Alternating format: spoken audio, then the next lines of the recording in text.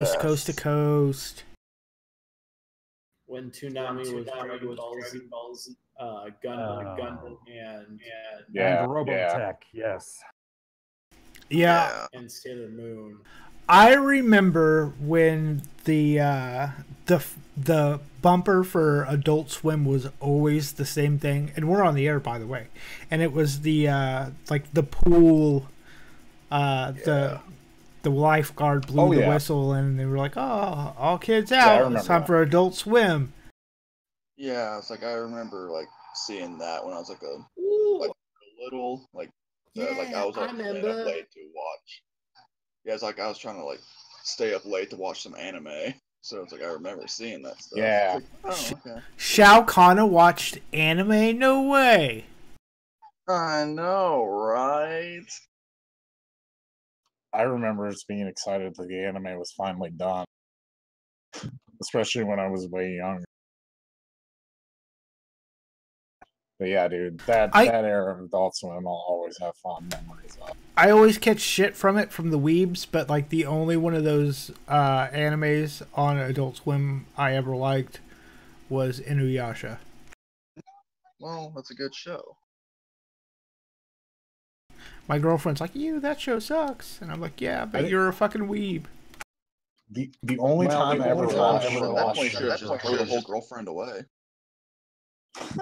Well, the only time I ever watched Toonami was when they had, it was way late in the night, and they had replays of Lupin the Third. Oh, fuck yeah. That show was awesome.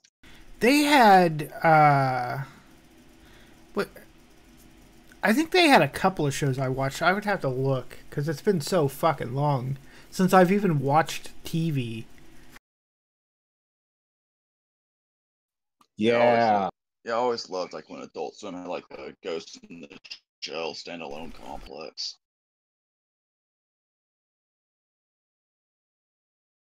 I'm trying to remember the last TV show that I like exclusively watched on TV. Mine was probably like the last TV show I was really into on TV was probably Ash vs. Evil Dead, and they're canceling it. What I mean by that is like actually that you sit every week and watch it when it like comes on. Yeah, because I remember I wasn't a fan of it, but a bunch of my friends in college were huge into Lost, and so every Sunday night they had to watch it live. Yeah, I never got into Lost. Let me think. It was Supernatural and up until last season Walking Dead. I got so fucking sick of it. I just can't anymore with fucking Walking Dead. Supernatural and Walking Dead too. Like I tried so hard to get into it, but I just could not get into it. Supernatural is like, I mean, you have to like campy shit because it's so fucking campy. But they play it straight for like the first 3 seasons or so, and then once they realize who their audience is, they're like, well, fuck it. If this is what we are, this is what we are, and they just fucking go for it. Yeah, from what I've heard, like the show really jumps the shark later in the series. Yeah, but it does it, and it's self-aware that it's jumping the shark. Like they talk about how often they've died. Huh. For The Walking Dead, it's like you either get past season 2 or you don't. Yeah. Season 1 was kick ass. Season 2 just it hit the wall and it stayed there, and I gave up. Once you get past season 2, I know it's okay. Season 2 low. Well, here's what happens. It made me give up on it entirely. They get off the farm finally, and then they go stay in a prison for fucking ever. And you're just like, oh, fuck. Get out. Stop fucking just staying in one place. It's boring. Nobody fucking... Not forever, but you're close. It was 2 seasons, maybe 3 seasons they were at the prison. And then finally that fucking ends. And then immediately, like, it's maybe half a season. and then they find another place to stay. Yeah, like they just keep lucking into all these awesome places to just like it's just hang out and have. It takes away the whole fear of zombies thing is that they're overrunning you. Right. Well, look, like I know it can't be constantly zombies because you know there's going to be a limited supply of zombies in the world in that situation, and you know they're going to die off and fine, whatever. But at the same time, like the villains stick around for too goddamn long. Like the governor was 2 seasons, 3 seasons. Negan has been around since fucking forever. I'm so fucking sick of Negan, and I fucking loved Negan at first, because Jeffrey Dean Morgan. Like I would watch that man sit and eat a fucking bowl of Fruity Loops. I don't give a shit. Like he is fucking awesome. But Jesus Christ, like at a certain point, you're just like, kill the fucker, get it over with. He's too entertaining, and Rick wants to leave. And why would you have a show without Rick? That's just my question. Well, Rick's supposed to be already dead. Rick was supposed to be dead like 2 seasons ago. Well, not 2 seasons, like a season ago. Are you talking basically in line with the comics? Yeah. Yeah. Well, they jumped the shark there because they don't follow the comics anywhere near where they're supposed to anymore. And also, he should have been missing a hand, and Carl's eye should have gotten shot out sooner. And I can't with that fucking show anymore. Yeah. It was see, I'm such a mark for both Mad Men and Breaking Bad that I was kind of fortunate that I had stopped watching AMC by the point that The Walking Dead was starting to roll around. I never watched Mad Men, but I fucking love Breaking Bad. That show was a goddamn masterpiece. The train episode, dude. Oh my god. That is one of my all-time favorite episodes. A little bit of robots there, dog. A little bit of robots. Oh, nope, it's me. Oh, it's me. It's all of us. Oh, it's all of us? Great. Thanks, Discord. Sponsored by Discord. Fuck you, Discord.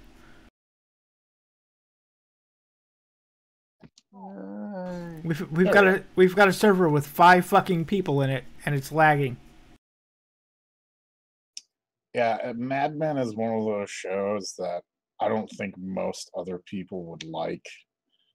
It's pretty slow all around, but I like slower, more moody, and I just the idea of like advertising stuff like that and that industry in that era was just so fascinating to me that I was instantly hooked. But Don Draper is literally one of the best TV characters of all time. I don't mind slow as long as something is happening. You know what I mean? Stuff is happening, but it's not. That's my problem with like The Walking Dead. Yeah, you're not getting the same thing out of The Walking Dead or the Breaking Bad that you're getting out of Mad Men. It's a very different type of drama.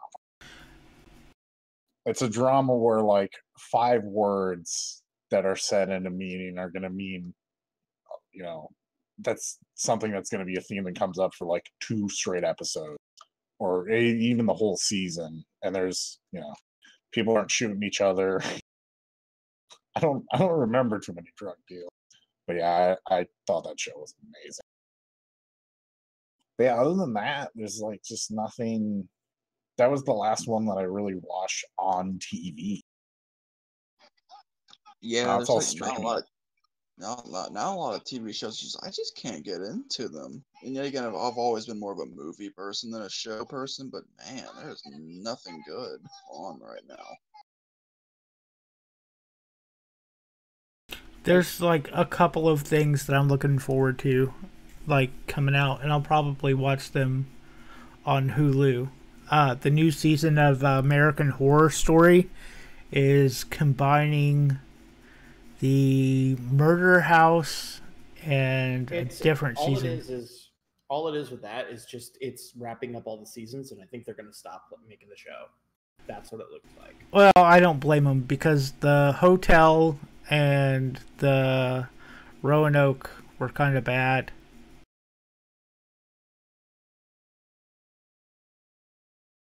Yeah. I think the only one You know what that else is I have kinda bad? interest in is Better Call Saul, but I haven't even seen an episode. So Have you guys seen the game tonight? what game? Oh shit! All right, totally forgot about God, football. I'm so tired of fucking Thursday night.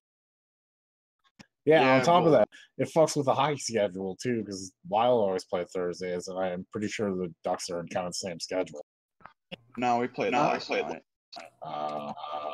I'm We stuck lost. at We work, Gunner. lost. Give me an info dump. Who's playing and what's the score? Philly and the Giants. No thanks. Yeah, that Yeah, sums there's up like the, 12 that sums hockey up the games on Wild tonight, season too. so- Well, the Wild season can be summed up in we lost. Guess what we're doing now? We're losing to the Blackhawks. Great, totally tuning in just right now. Yeah. Can't wait. I'm gonna watch it. Did you guys see that link I put up in chat? By the way, Fireball whiskey is not that good. it's a backpack, and they make boxes to fit in the backpack, so you can walk That's around. horrible. Why would anyone ever want to drink that much of that shit? I know. It's like literally good for half a shot. It's for teenagers and fucking college kids. Dude, I was a heavy drinker in college and as a teenager, and I never drank fucking Fireball. Although I will say, I drank a lot of Rumple Mints, so I should not talk. Like a lot. I don't know if has anyone ever heard of that before. I guess one of you is not a drinker, so that's obviously a no from Sean.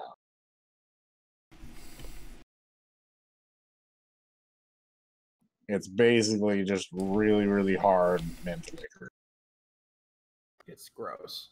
It's amazing. Fuck you. Fuck you, buddy. Wait, mix it with Jaeger. Half Jaeger, half Rumple Mints. That shit is, in the winter, that's just a beautiful thing. That does sound really good, actually. I love the Jaeger, by the way. Jaeger was my first liquor. He lowered his head on that shit. What the fuck? 14-6, by the way. Eagles. First half. 5 minutes left in the second quarter. Like I said, I'm having fun. There's 12 hockey games on tonight, so. How do you watching a bunch of those at once? Flipping through channels. Oh, nice. You guys have the red zone? I was about to say, do you guys have red zone for fucking hockey? There's my mom always gets us center ice. Yeah. Yeah, center ice. Problem is, I just don't give a shit about most of the other teams. So the only thing I would use it for is to watch the Wild, and I can just do that here. That's pretty piss easy. Yeah, I like watch other teams just because I like watching hockey. So, and plus that's pretty much the only way I can watch the Ducks around here. So, I mean, there's yeah, exactly. That's if I was. You know what's stupid is I was almost thinking about getting it when I lived in South Dakota because they didn't get half the game. Just to watch the fucking Wild the state over. Damn, Vegas is getting ready to lose again. Yeah, you can't be surprised by that, can you? They didn't really. I mean, they gained Stastny and Pacioretty, but they did lose James Neal. I mean, their team kind of had an early boost at the beginning of the season, and it was the first year all together, and it was just kind of like a magic year. Like, they're gonna have a sophomore slump, dude. Some of those guys are getting old too. Yep, I mean, I don't have any complaints. They're in our division, so. Yeah, of course. Fucking piss weak Pacific Division. The fuck out of here with your shitty division. How is that shit gonna work now if they're planning to add Seattle more than likely? I don't know yet. Because none of you fuckers are invited into the Central. Dog, be careful saying Seattle and a sports team in the same breath. Look what happened Monday night. Dude. Oh, no. It's all right. I mean, you can still watch the Supersonics in Oklahoma City. I gotta throw out some love to for them doing the gimmick in Melbourne and trying to do it with the Aussie Rules League. But the problem was they didn't understand that the Aussie Rules League is filled up with like 10 teams from Melbourne. So like most of the stadium cheered because they're not fans of the fucking team that lost. Fucking hilarious, dude. They tried though. It was funny. 21-6 Eagles. By the way, they've only been 2 out of 14 when they've been in the red zone. Now it's 3 out of 14. Damn. 3 out of 15, excuse me. I can't wait for them to trade Carson Wentz and then him to fucking bomb out on like the Bills or some shit. Oh hell no! No! It's going to be the other way around. It's going to be Big Dick Nick. It's going to be traded, and he's going to be traded to. Is it? Oh, I never made a format. Shit. No. It's what's his face is starting. No, Wentz is starting, right? Well. Yeah.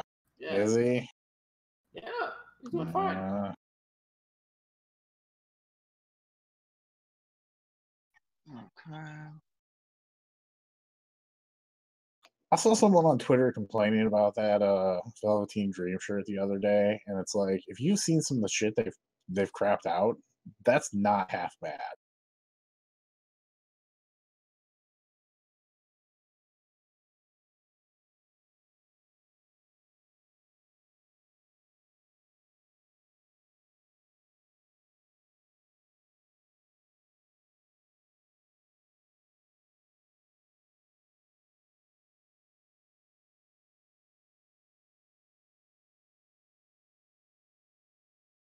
Yeah, the NFL is weird this year. I think the Rams are actually going to end up with like the best record in the league. Huh, well, watching hockey and the Devils are up on the Capitals 5-0. How? Because it's like a game in the middle of October. It's not even the middle of October. Also, their style has always been you beat a team by 5 goals or you lose by 6-7 goals. That's always been how they've played, dude. Although I have no idea who's putting those points on the board for the Devils.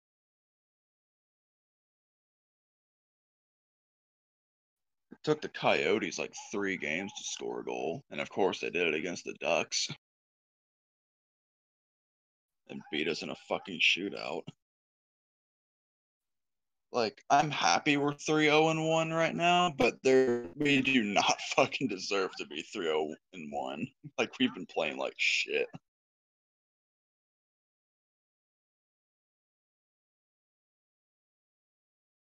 It also doesn't help that we're playing like 6 rookies in the lineup right now because everyone's fucking injured right now. Dude, at least you guys suck because everyone's injured. Wild just suck because they're bad. Yeah, because, well, Kessler actually came back last night and scored a goal. But, yeah, we don't have Patrick Ease. Andre Cachet has a concussion, thanks to Drew Doughty. And Ryan Getzlaf's day-to-day with a groin injury. So, yeah, and Corey Perry's out till March. Anaheim Ducks favorite, Drew Doughty. Yeah, fuck Drew Doughty. Dirty piece of shit. He is a dirty piece of shit. It was just, he seems to just specifically injure the Ducks, though, for some reason. Yeah, and it's always like Cachet, too. Must have some beef. No, I don't know what the fuck's going on. Like, he was really just skating by the goalie. He might have accidentally barely touched the goalie, and then Doughty comes over, cross-checks him down, so cross-checking his head into the ice repeatedly and got away with it.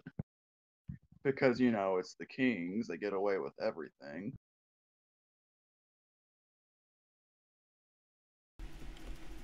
And now Kashay's out indefinitely with a concussion. Oh, man. I've been playing the New Japan DLC for Fire Pro a little bit. Yeah. And I got introduced to Hanma, and he just basically like grunts. He doesn't say anything, and then all of the words on the bottom of the screen are just gibberish. It's not even, it's like exclamation points and that, whatever that's called. It's great.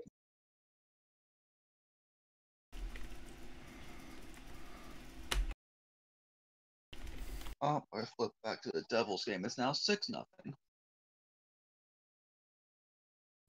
Back in the day, we used to call it moon speak. I don't know what you call it right now. Oh, yeah. I know there's another term for it. Oh, and the Eagles have the ball back. 21-6.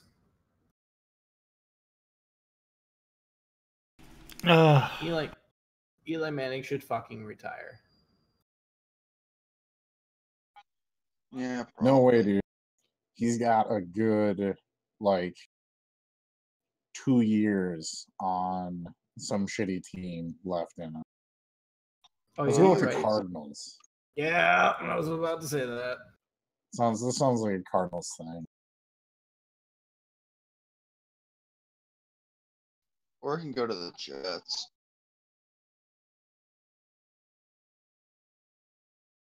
Oh, there's going to be a roughing the passer penalty. I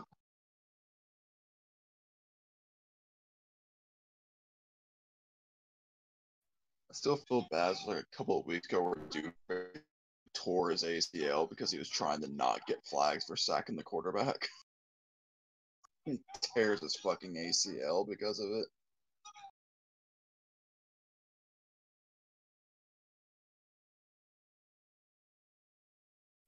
The new roughing the passer rules fucking suck. Yeah. That's just a fact.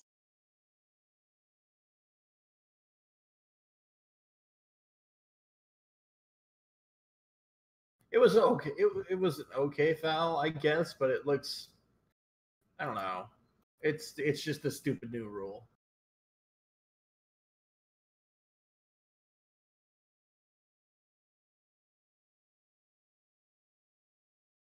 Okay, but what is a catch? Yes. It's so bad. It's so fucking bad. It makes me want to kill myself. Yeah, it's like there's something like that in hockey. It's like, what the fuck is goalie interference? Like, I'm not even sure the officials know. They don't. That's the point.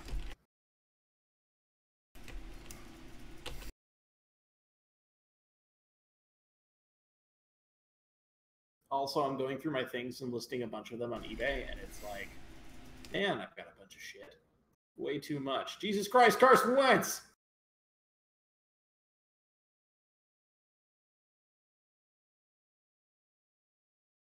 He went for a slide and he got bowled over. But the guy was trying to like avoid him because he was sliding.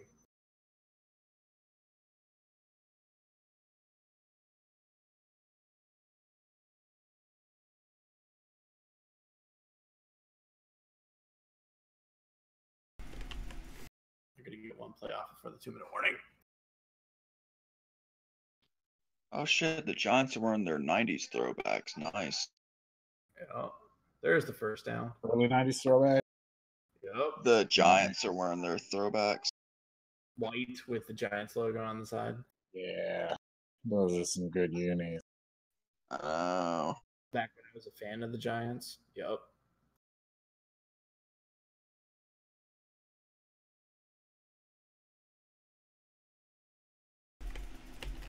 The Bills should just wear their 90s jerseys. Those are way better. No, they should wear their 2002 JP Lossman jerseys. No. No. Even though I owned 2 of them when I was in middle school, looking back, I didn't really like those jerseys very much. Mostly because we never won shit with them. True. Also, I've heard Ass Creed is awful. Has anyone played it? No. I haven't played that game since Black Flag, number 4. Good choices. Which was not even an Assassin's Creed game. It's basically just pirate game. 3 was below average. You could play Sid Meier's Pirates and have the same thing go on.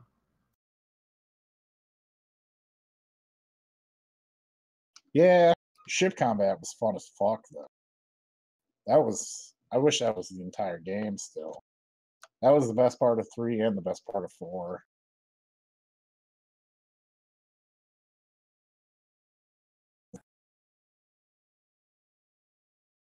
Live action Aladdin next year, apparently. Who cares?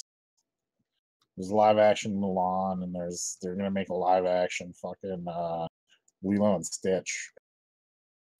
Yeah, don't care about any of them. Will Smith is in that movie. Holy fuck! What the fuck? What are we talking about? Which one? Aladdin. Right. What a joke. Will Smith is the genie in Aladdin? Yeah, I thought I heard that. Oh, he's the genie? What? Why are they making another one in general? A.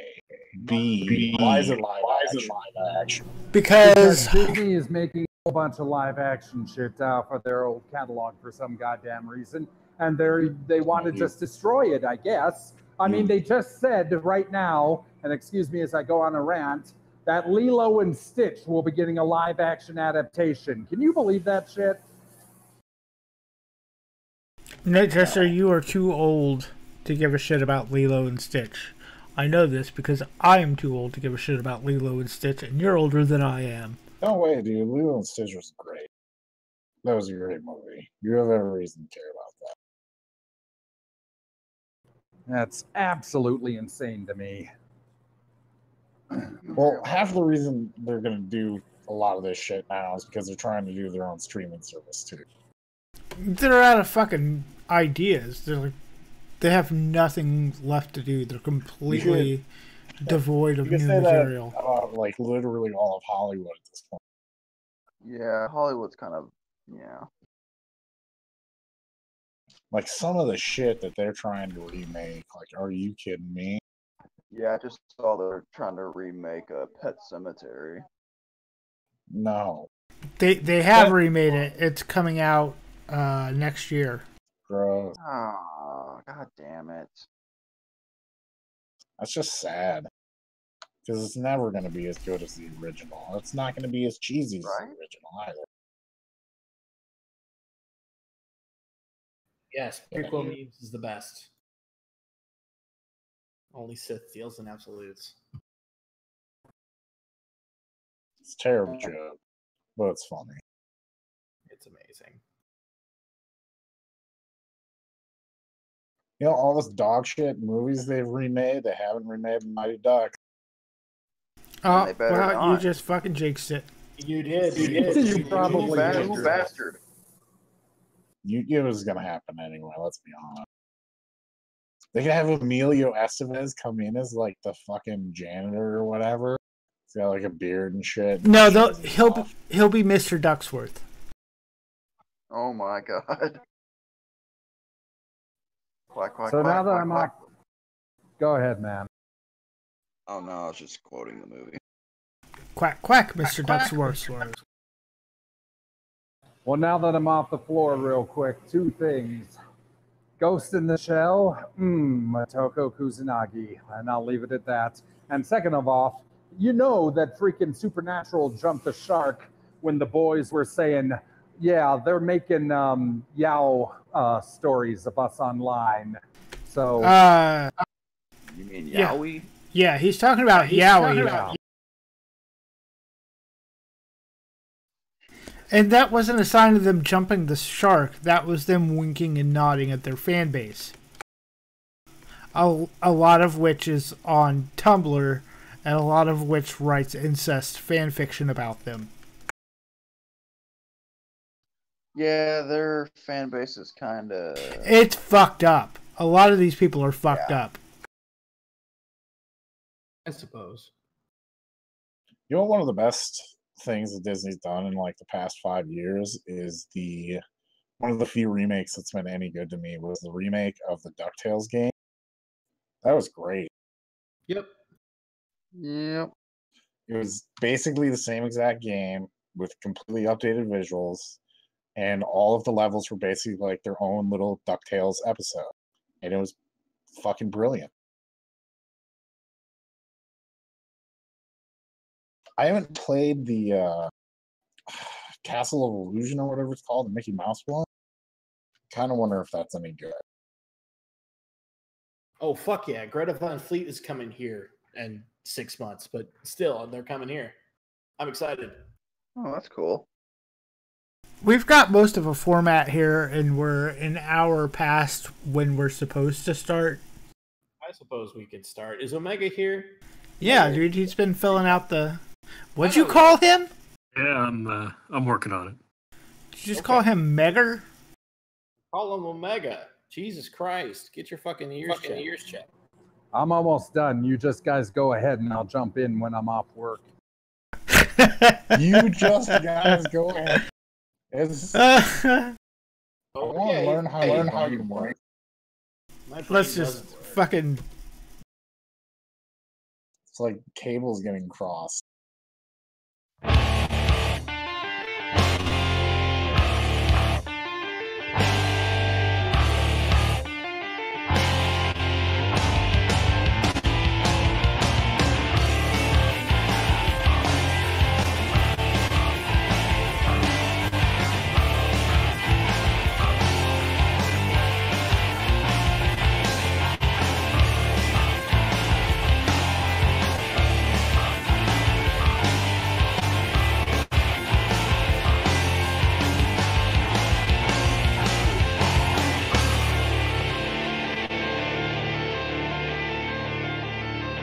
Hello, everybody, and welcome to episode 321 of the Smark Snark podcast. My name is Gunnar, and over there is my wonderful co-host, Mega BR. Quite a sports ball game going on right now, huh? Yay, sports! It's sports ball, all right. I hope the forward back throws a nice spiral. I hope so as well. Perhaps he will slap that shot somewhere else, out of the danger zone. Speaking of a danger zone, it's our wonderful technical producer, Mr. Yankum DDS. It's funny because danger zone is what your girlfriend calls your junk. Funny story, true story. It's what your girlfriend calls my junk as well. Well, I mean, that's how you would... That's what you would refer to an area infested with every STD. You should get yourself tested. Also joining us this week is someone else who should get himself tested. It's Nat Jester. No, he's not here. He's off doing stuff. That's right. He's off doing stuff. So he can't even get that sick bird. That sucks. Shao Kahn here. Yes, and you all filthy beasts should get checked. And I'm back from the Twilight Zone. How is everyone doing? We hate life. Oh, me too. Yep. So nothing's changed. Save us, dog. Hey, Yankum, I got a pair of WrestleMania tickets over here, baby. What are you up to next week?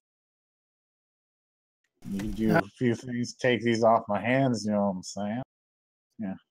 You know what I'm saying? I don't understand. I don't. Yeah. I do. I don't know what he's saying. Are you? If you don't know what I'm saying, you don't know. But if you do know, you know. I get the joke. Okay then. Okay then. Let's get to the news. Don Callis is possibly out as New Japan announcer, with Lenny Poffo discussed to replace him. Word backstage is morale is low due to several management shakeups, specifically with the liaison between management and the actual wrestlers themselves. The person who was hired for this position was in an IT-based setting for the past 20 years. Yeah, I was reading this earlier today. I think it's like a lot of the, talent that's been there for a while. They're kind of pissed at the new way of management, which I don't really blame them, because it's like, oh, hey, we were a big deal and we were doing fine. And then these guys come in and now we're kind of shoved aside for the Bullet Club and the US stuff. Well, that on top of the fact that this guy's apparently an asshole and talks down to all the wrestlers. Yeah, that's not going to go well. No, not at all. Not at all. Hey, Yeah, all you good guys in New Japan, go to All Japan, please. Wouldn't that be funny? that would be something else.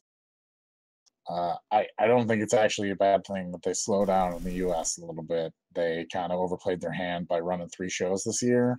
I think 2 shows, especially when they're all on the West Coast and they're all in California. You didn't even go out of the state.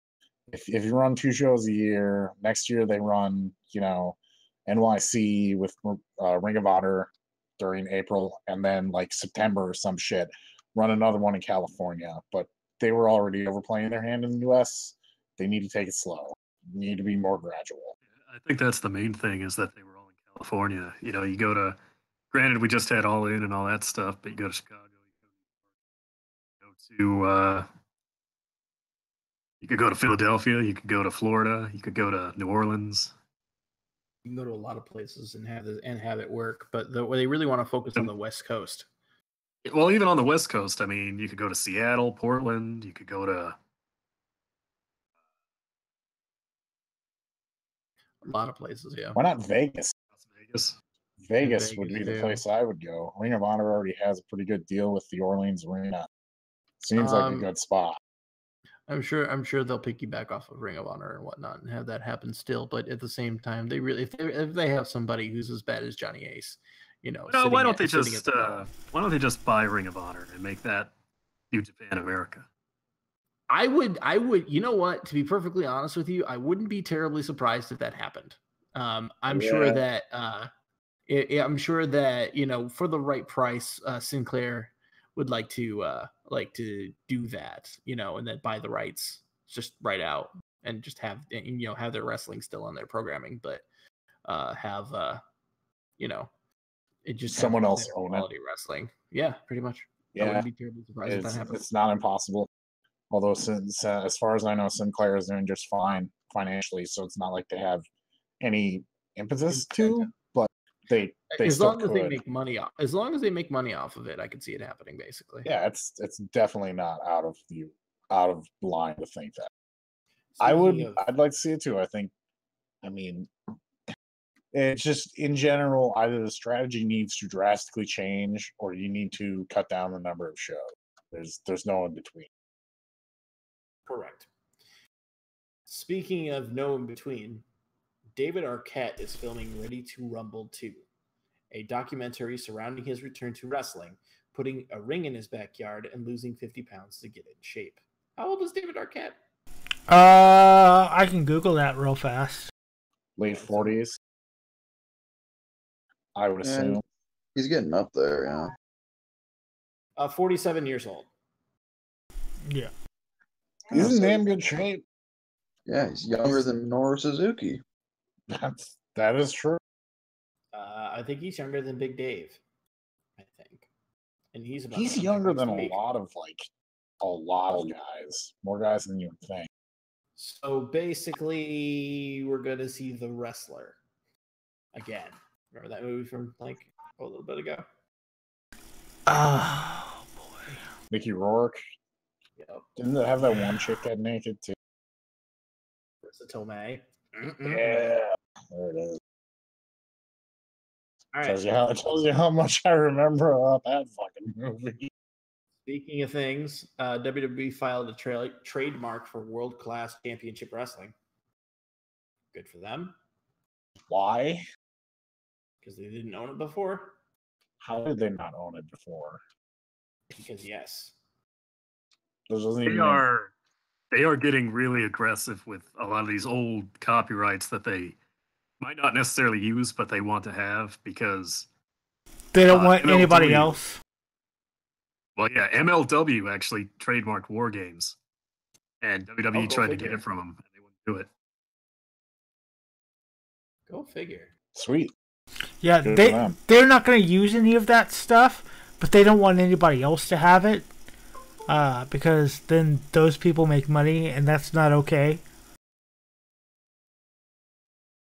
Yeah, and it's pretty straightforward. I would have assumed that would have been tied into the WCW trademark because it was essentially the same company. Right. But maybe not. It depends. Yeah, copyright law is fucked in general. I don't know. Especially in the United States, where it's basically been written by the Walt Disney Company. And Chelsea Green was at the Performance Center this week. Wasn't she TNA? Yeah. She's still in TNA, isn't she? Maybe. I thought she was. Oh, Megan, you wrote this in. Was this at the Performance Center like she was just visiting, or at the Performance Center like wink, wink? Well, you'll remember Chelsea Green, a.k.a. Laurel Van Ness, was with TNA, but she is no longer. No, I do not remember anything about either of those people. The same people. Doing independent, she was in the 4-way at All In, so she's probably. I remember that part. Didn't she also just debut on recently on Lucha Underground too? I don't know about that, but dating Zack Ryder. Oh, okay, yeah. There you go. That'll do it.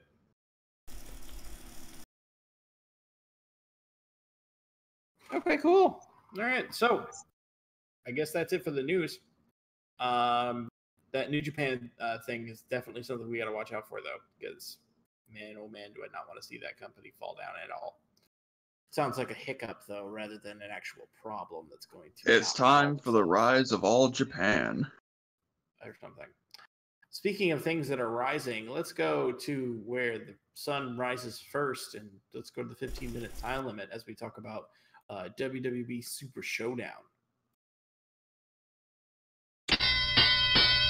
That's not the gimmick of their country. That's Japan's gimmick. You fucking goddamn gimmick thief. Well, no, it's the date line's there and it's close and the sun comes up. They're the land down under, mate. I will never do that again. I apologize. Please never, ever, ever, ever, ever. Oh my God. What were you thinking? Get out of here. Reconsider everything in your life right now. So, speaking of reconsidering everything in your life, man, did I reconsider everything in my life after the Daniel Bryan and the Miz match. Like, that match was so bad that I think I never wanted to watch wrestling again afterwards. Well, let's get just a show of hands. How many people watched the show live? Nope. 0. In this chat, no. How many people made a point out of it to watch it as soon as they could the next day? I watched it the next day when I finally woke up. I watched it when I went to bed, or no, excuse me, when I woke up, Sunday evening is when I watched it next. Yeah, I watched it like Monday evening because I had that day off and I knew, I'm going to be on this show this week, so I'm going to watch it. Yeah, that really does not bode well for the numbers of people who watched on the network, but they still had an impressive turnout as far as ticket sales. So it's just, I watched like half of it later the next night, and then just turned it off. Turned it off before the main event, so everything I just didn't really care about this show. Like I said, I only watched it because I'm going to be on this show this week to talk about it, so.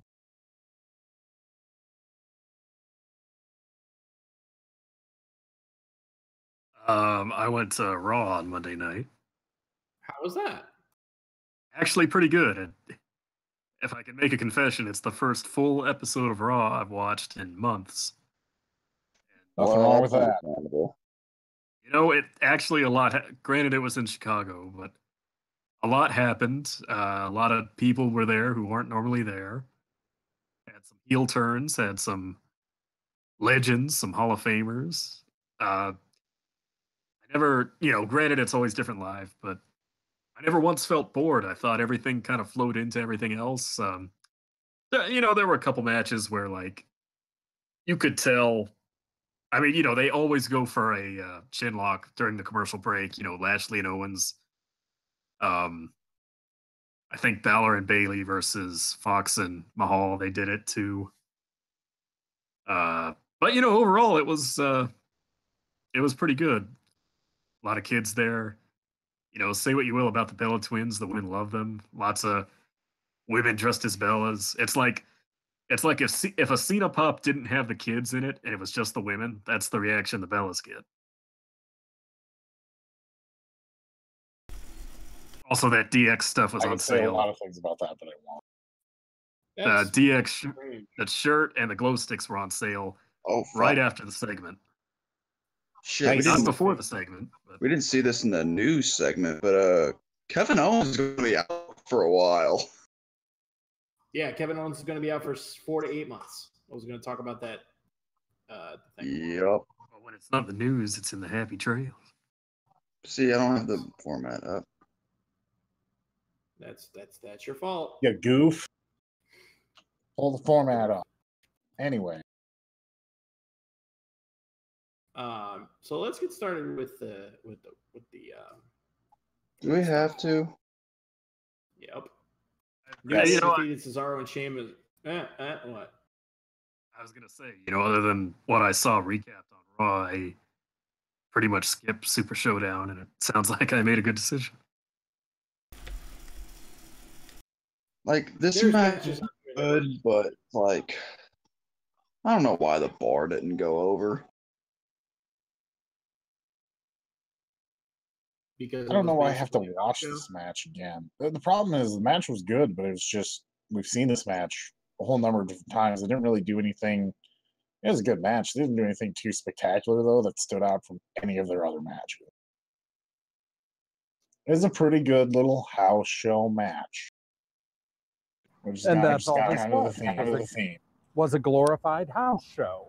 But I do want to single out Buddy Murphy and Cedric Alexander. We're going for that right now. We'll get there when we get Jesus Christ. Follow the goddamn... Charlotte Flair defeating Becky Lynch via DQ. Yeah. 70,000 people. Dumb fuck. Paid for this shit. Good job. Global warning. 2.0. No one cares. Bobby Lashley and John Cena defeated Elias and Kevin Owens.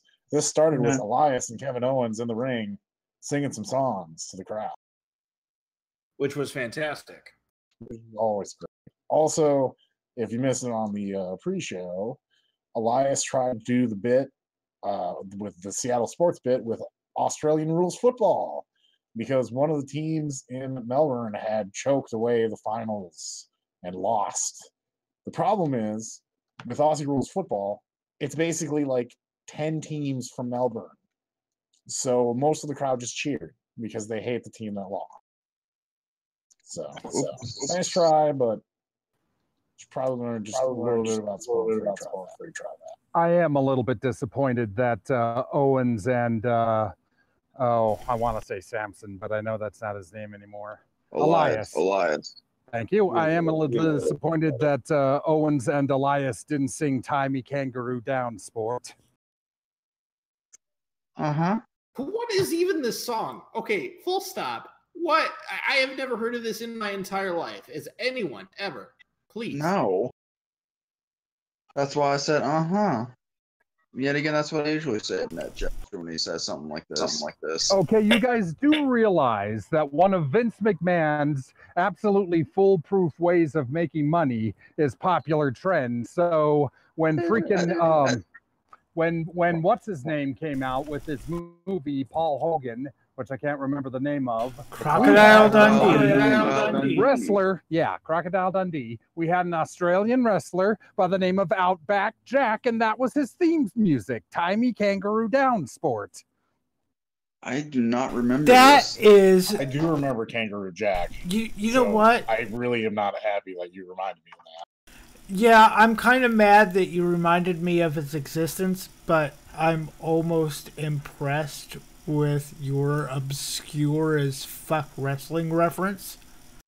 That was super obscure, and I'm glad I'm not the only one who thought that. Okay. Hopefully something else that becomes super obscure is the sixth move of doom.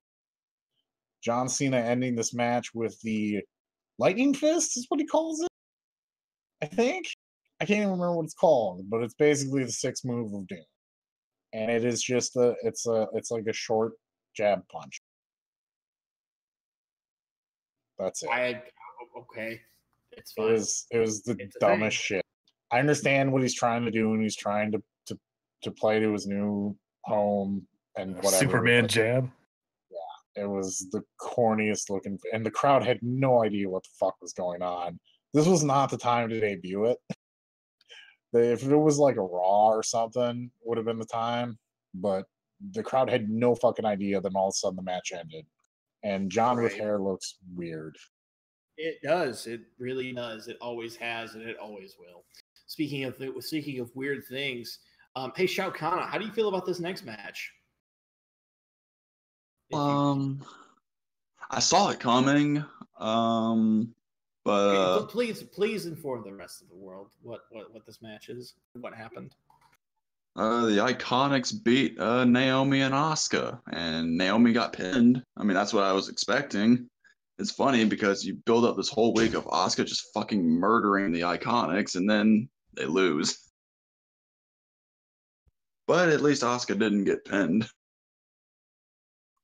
But now Asuka has still yet to win on a pay-per-view since coming to SmackDown. Shao. Go. Wins and losses don't matter. Womp womp. It's not the story that you were told. It's the story that you wanted to hear. Though I wonder if this is going to lead to an Asuka heel turn or not. But I don't know. I swear to God, I have no idea if it will. If hopefully it does. Everybody wants that, but if it turns out exactly like the Shinsuke heel turn, that's like the last thing that I want. Exactly.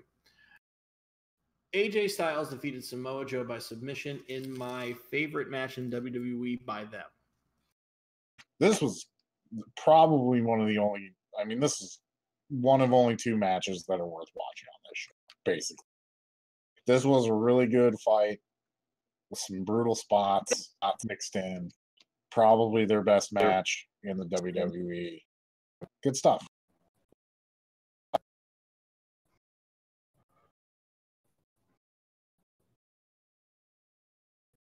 Yeah, I mean, there's really not much else to say. It was pretty straightforward match. Again, it felt like a house show match. It felt like a main event of a house show. This was their best match. Their best match against each other in WWE. I enjoyed it. Like I thought like in WWE, I thought it was their best match together. So I'm really glad that they had the time to tell the story that they did.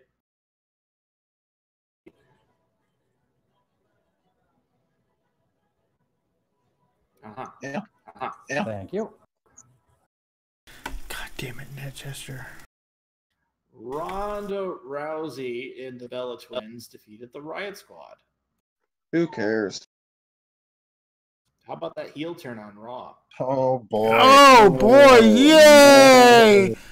The Bellas are back! Yay! The Bellas are healed even more! Yay! Can't be surprised.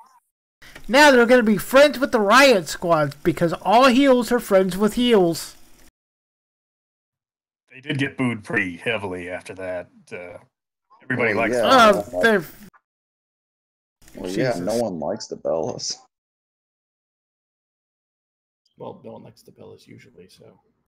Yeah. Remember when I had that button question about the Evolution pay-per-view? And you're all like, oh, don't worry. It'll be good. How's that shit looking for you now? But on the other hand, we must say that now when Brie Bella legit injures somebody, it's now kayfabe approved. Oh, Jesus Christ, Jester. Fucking A, dude. Anybody can injure anybody, and she's like Rusty. It happens. Fucking A, leave it alone. It fucking happens. God. No, fuck the Bellas. I love how, like, they were building up this pay-per-view at the beginning of after they announced it. Like, oh, 50 women are going to be on it. It's going to be a big deal. And then the Super Show happens, and now it's like, remember the Attitude Era, guys? And then it's like, oh, hey, by the way, there's this women's pay-per-view going on. And they've barely announced any matches for it so far. And it's like in a few weeks. They combined 2 of the matches.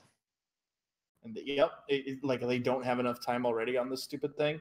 When all they're going to do is just promote the guys' pay-per-view for, I would guess, 15 to 20 minutes of it. Why? Okay, all right. Over under. There are 7 advertisements for the Saudi show on this. Over. Because the Saudi show is like the next day or next week. Hold on. It's the next week. They're different.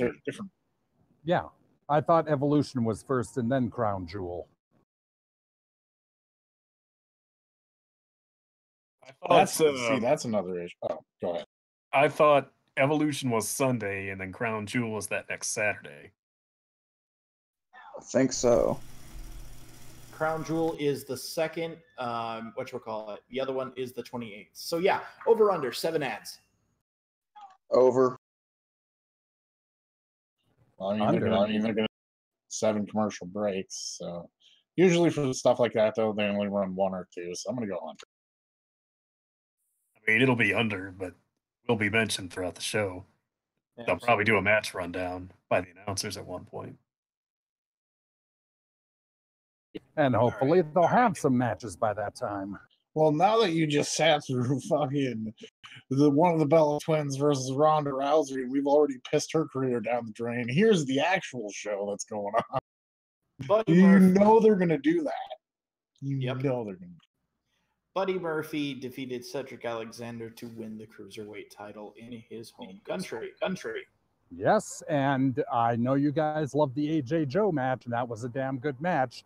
But this is my pick for match of the night right here. Same here. This was my match of the night. I 100% agree. This was a great match. This is what the Cruiserweight division should be at all times, is those type of matches. Just, they don't even need their own show. Just give them 2 slots on Raw. Do one to do the match, then one to do a setup for the next week's match. And that shit would be great. But yeah, this match.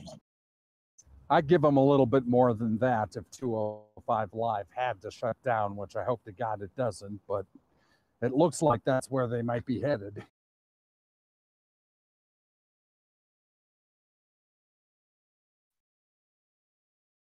By the way, the newest Cruiserweight, Mike Kanellis. All right. He's told so. That weirded me the fuck out last night, too, yeah. I haven't been watching since it moved to Wednesdays, actually. I didn't even know he was even a junior heavyweight or a cruiserweight. I thought he was a heavyweight. I assume he actually, a lot like Buddy Murphy, probably is. It feels very arbitrary now. It's Matt Hardy style, 2003 champion. Yep, can you say cook the books? Former IWGP Heavyweight Tag Champion Mike Kanellis. Hey, Matt Hardy back then was cooking more than just the books. He was cooking himself a lot of food. And grapes. That was the joke. But yeah, this was really, and the crowd loved it when he won too. So it was good that the hometown, because I don't think a lot of people gave a shit when the Iconics won. No. Yeah, so it was good to get the hometown pop, the hometown boy, and Murphy's And that's a a hell of a little- wrestler. So And I gotta admit, that's a little strange because we are talking the Vincent Kennedy McMahon run WWE, and we all know that one of Vince's fetishes is the hometown boy loses. Are the Iconics even from Melbourne? I don't believe so. No, I don't think so. The Shield defeated Braun Strowman, Dolph Ziggler, and Drew McIntyre. Can the Shield just fuck off already? Like, seriously. Like, I am so sick of the Shield. Like, fuck. Okay.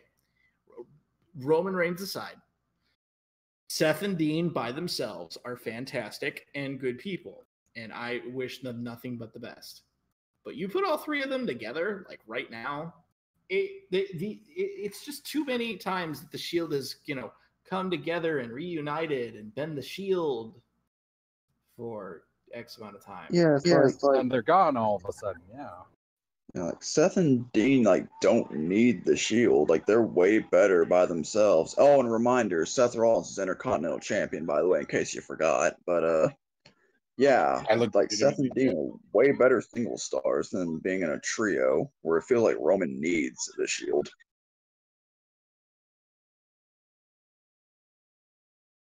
Daniel Bryan defeated The Miz to become #1 contender. Hey, Yankum. What was this bullshit? Yes, sir. How did you feel about this particular match? I didn't get to watch it. I had things to do on Sunday.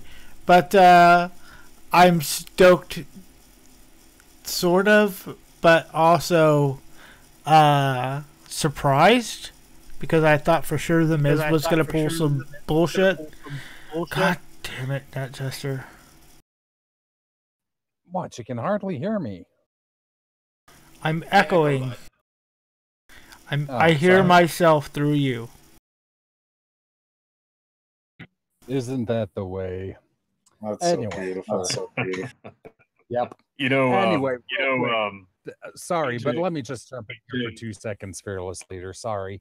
You gotta think that there was some sort of fuck up. This match only went about 3 minutes. Something went wrong. Some audible, something was missed, and all of a sudden we've got the 2-minute man match with Miz. This doesn't make any sense. Yeah, you know what went wrong? Daniel Bryan headbutted fucking Shelton Benjamin for real. That's probably why. Oh my god. Oh my god. I'm sure it was by design. This is the kind of goofy thing they like to do. Miz has been down in the entire time. Maurice beat his wife, and then Bryan comes in, wins in 2 minutes. He's the, moving on. He's the champ. He's contender, rather. Which, by the way, after Nakamura and Joe, if Bryan doesn't win the title right away in the first match, I feel like that title's pretty much done for a while. And it's not AJ's fault, but it's like booking this year of that title has been so god awful. Right. And I love the promo Miz did on Miz TV. He did another one of those faux shoot promos. He was talking about how ever since AJ Styles has been holding how that title hasn't been any more irrelevant than, it's basically saying that title is pretty much irrelevant, which is kind of true. Like, no one gives a shit about the WWE title. It's always in the middle of the show. And it's kind of just like, okay. Yeah, there's that world title on SmackDown. Who gives a shit? It's really sad because that's like some 2000, early to the mid 2000s, like EWR fantasy booking you got going on there in the main event. Months of AJ Styles versus Nakamura, months of AJ Styles versus Joe over the WWE Championship.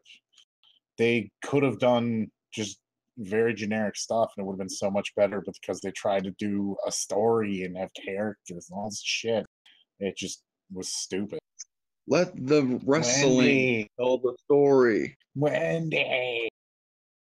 Like, someone get that man a junior bacon cheeseburger. God damn. It's like, how long has AJ been champion? Well over 300 days now. How do you have it this much of a horrible 300-day title reign? That's a world title reign with AJ Styles. When Road Dogg's booking, I mean, really, that's it. AJ's been fine. The matches have been okay. They've not been terrible. It's the booking and the storytelling behind it that's been, mediocre at best. Obviously, Brian's going to win this. Brian's going to win this completely. I just thought it was kind of like funny that the Miz TV segment happened. Like, it's like, Miz, you're not going to win.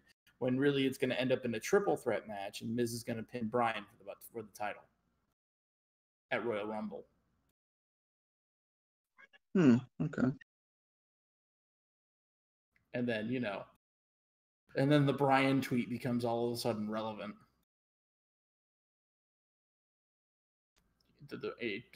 People know what I'm talking about?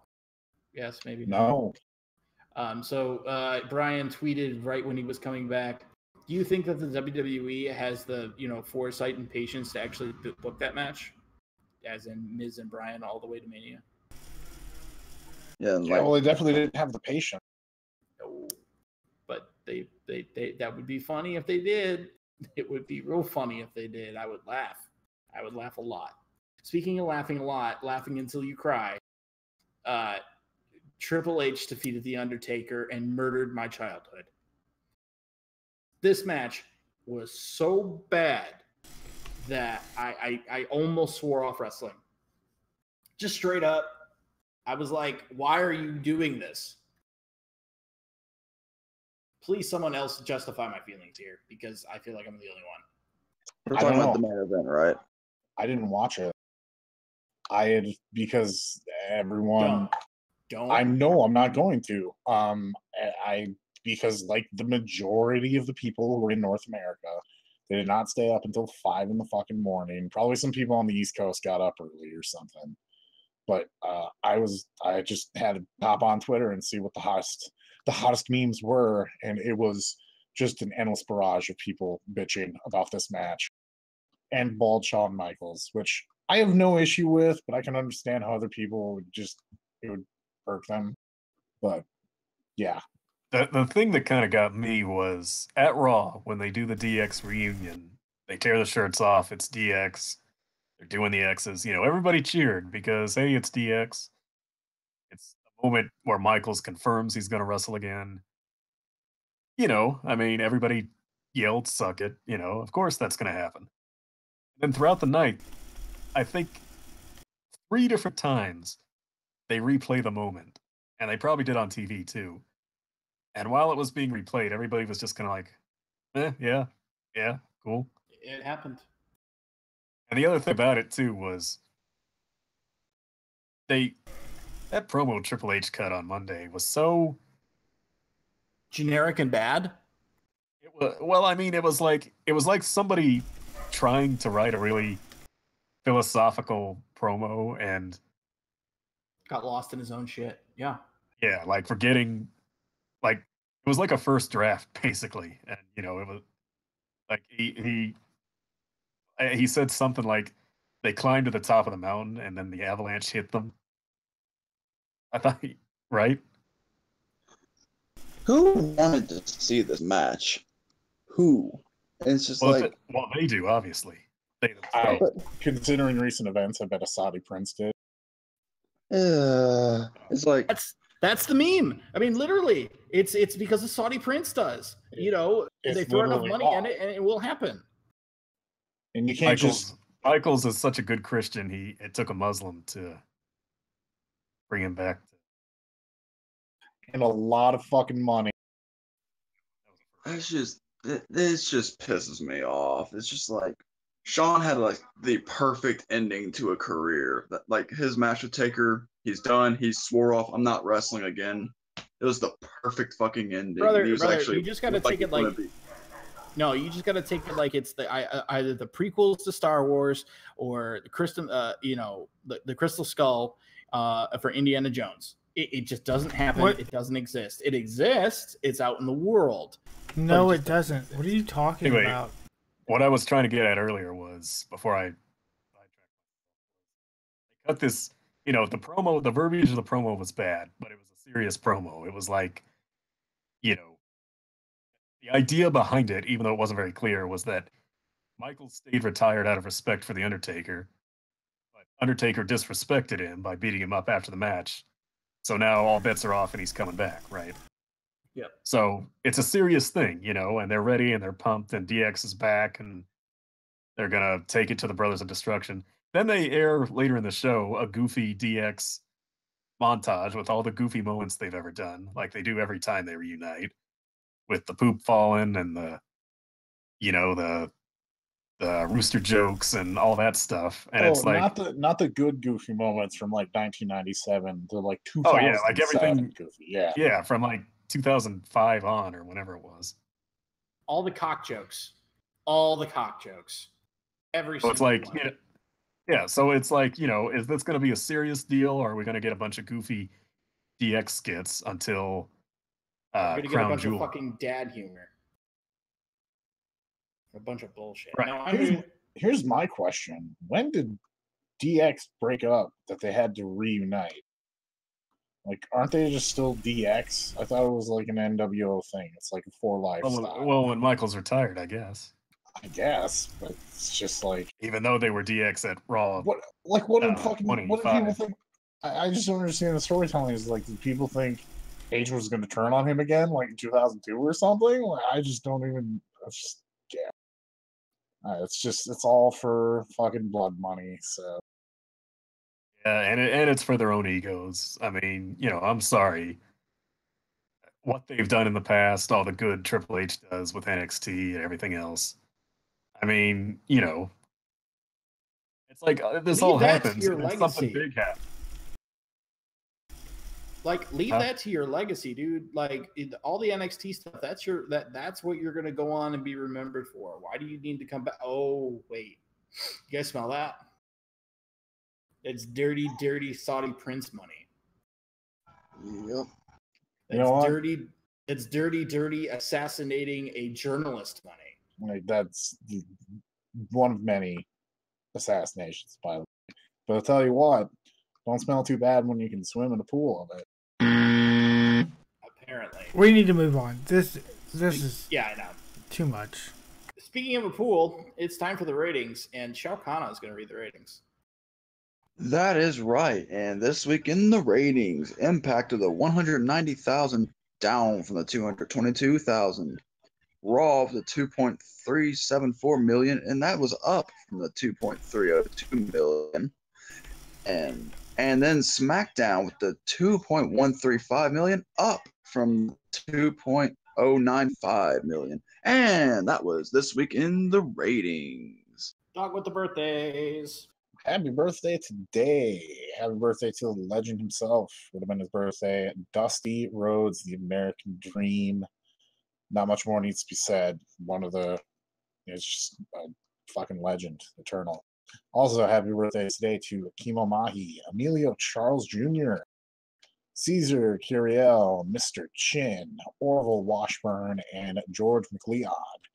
Then on the 13th, happy birthday to another legend of wrestling, Killer Kowalski. Fuck yeah. If you're from the Midwest, you better love Killer Kowalski because he was the man. Also, tomorrow, happy birthdays to Fred Wright and Emily Arthur.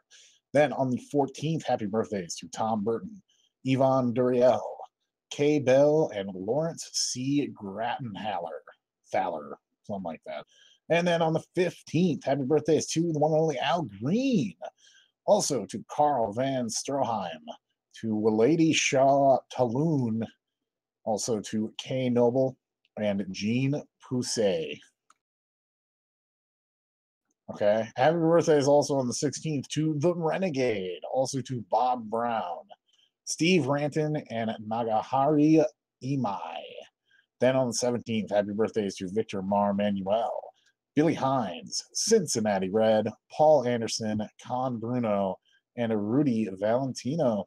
And then on the 18th, next week, happy birthdays to Jack Sherry, Mario Marino, Marie Darnell, and Enrique Maru. Those are your birthdays. And now it is time for This Week in Wrestling with Omega VR. Yes, this week in wrestling history, circa 1959, where Lee Fields defeats the Mighty Yankee in Mobile, Alabama to win the NWA Gulf Coast Heavyweight title, second time in his career. But a different twist, he vacate the title a few months later when he decided to buy the promotion. Jump to 1964, where Chin Lee defeats Silento Rodriguez for the NWA Gulf Coast Heavyweight title, ending Rodriguez's second title reign in Mobile, Alabama. And in 1966, during a TV taping in Newcastle, Australia, WWF World Champion Bruno Sammartino wrestled twice across the course of the taping, beating Dan Miller and Brute Bernard. And that was This Week in Wrestling History. Happy trails. Yankum, I think you can do that. All right, happy trails to Kevin Owens, who could be out 4 to 8 months due to a knee surgery. That's sad to hear. He's one of the few highlights left on Raw. Also, happy trails to, God damn it, Sonny. This is why you wanted me to read it. Yes, of course. I don't know how you haven't learned that Sonny. by this point. Happy trails to Sonny, who was released from jail. Probably not the best idea. And says she will stay off of social media, only having a private personal page and a professional booking page, as if social media is her problem and not herself. Well, wouldn't that be the whole point, to focus on herself and not social media? I actually applaud her for doing this. This is fantastic. This is exactly what she needs. What should we watch this week in wrestling? Guess who I'm going to call on first? That's right. It's you, Netchester. That's okay, because as I said, I got this one down. I said it was the best match of the night doing Super Showdown, and I will stick with that. I think you all should watch the Buddy Murphy, Cedric Alexander Cruiserweight title match. It was good, had a bunch of good spots, and the ending I thought was perfect. And of course, the crowd, being in Australia, loved it. So watch that match. Yankum.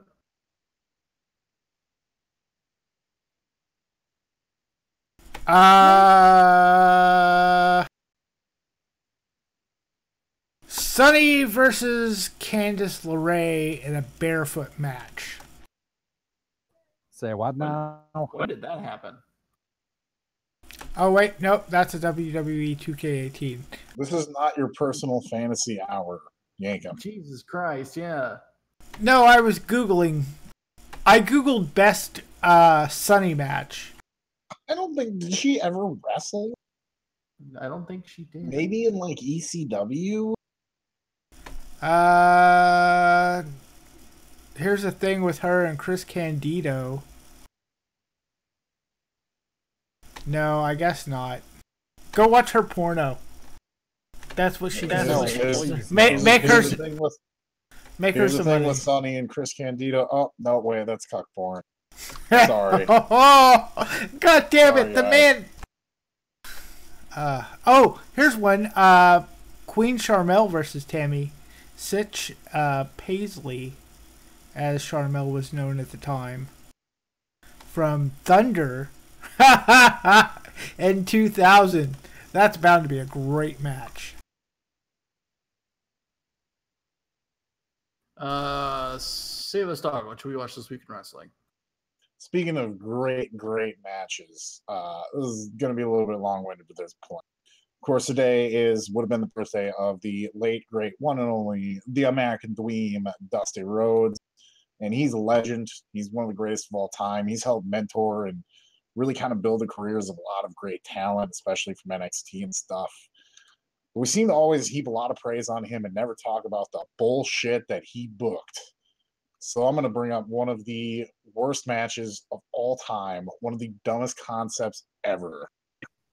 From WCW Uncensored, 1995, the King of the Road match.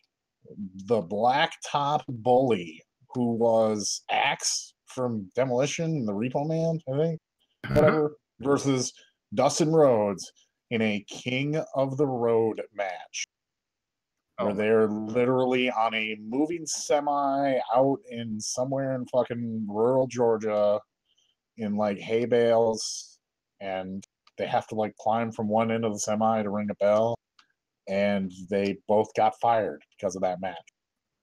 Oh God! Literally, that match led to Gold Dust because Dustin and Blacktop Bully got fired from WCW because they cut themselves, they bladed, and you weren't supposed to do that in that era of WCW. So they both got fired, and Dustin Rhodes ended up in WWE not long after. There was the golden one. Shao What Kahn, a dog shit. By the way, that is one of the worst pay-per-views of like all fucking time. After you watch that match, just stick around and watch Meng versus Jim Duggan in a martial arts match. Oh God! That match scarred me for life. I could only imagine. Not for Meg, but for Jim Duggan. Duggan is wearing some kick-ass jeans in that match, though. Shao Kahn, what should we watch this week in wrestling? Well, I haven't been here the past 2 weeks. I guess that was the Mae Young Classic. Mako Satomura versus Mercedes Martinez. That match fucking kicked ass. Oh, that was a good match. Yeah. Yes, it was. Omega BR.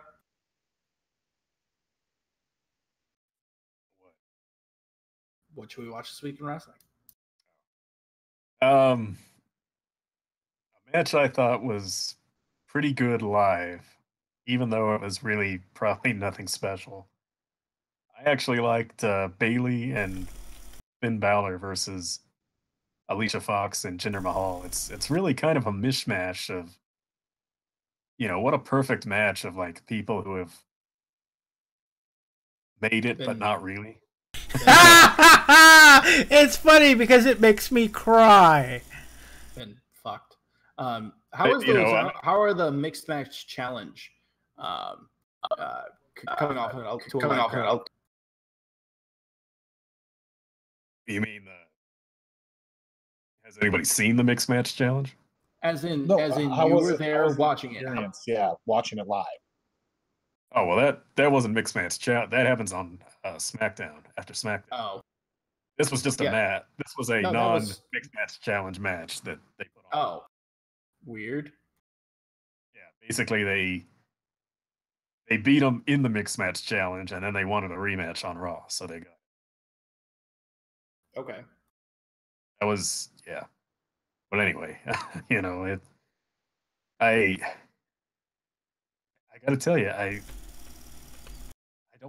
don't want it to happen for their sakes, but I really kind of want to see them. He gets a crush on Balor, and then, right? It's such an NXT season 3 storyline, And then, or at least, how about Demon Bailey? That'd be nice. Oh shit, that'd be awesome.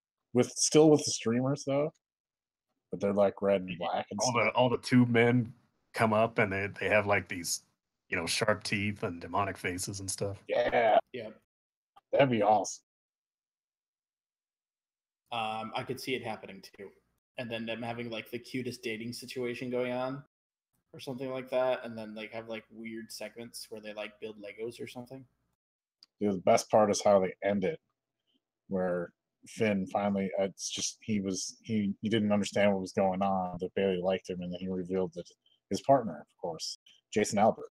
Yeah, like they go undefeated in the challenge, and then that happens. That would be fantastic. And then, oh my God, a double date between Alexa, Braun, and Finn and Bailey. Please, please, please, please. Remember the Team Hell No segment in the diner? Well, Braun did. I mean, Braun's technically a heel right now, but Braun did team up with Balor several times. He was his buddy. Right. But I just thought it would be funny because the other two would leave the check to the nice ones. I don't know. I'm writing bullshit in my head. So I'm going to tell you to watch this week because I believe everybody else said what they should watch. Ricky Dozan versus the Destroyer, JWA, December 2nd, 1963. You ever want to watch an old school match, or you want to watch somebody who's done it really, really well? Ricky Dozan. Basically, Inoki before Inoki. Oh, God, yes. But still, fantastic match. And the pacing is a little different. You're going to find the commentary kind of grating, but you'll like it. Trust me. Just trust me.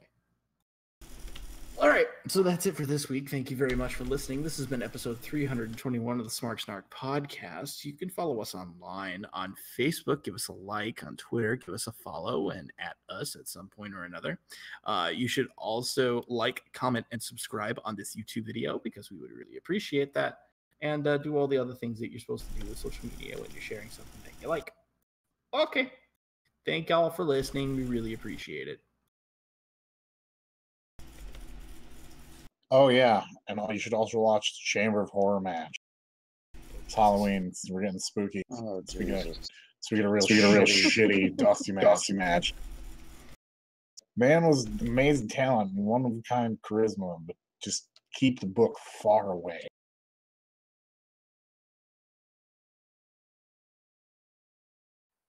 It can be.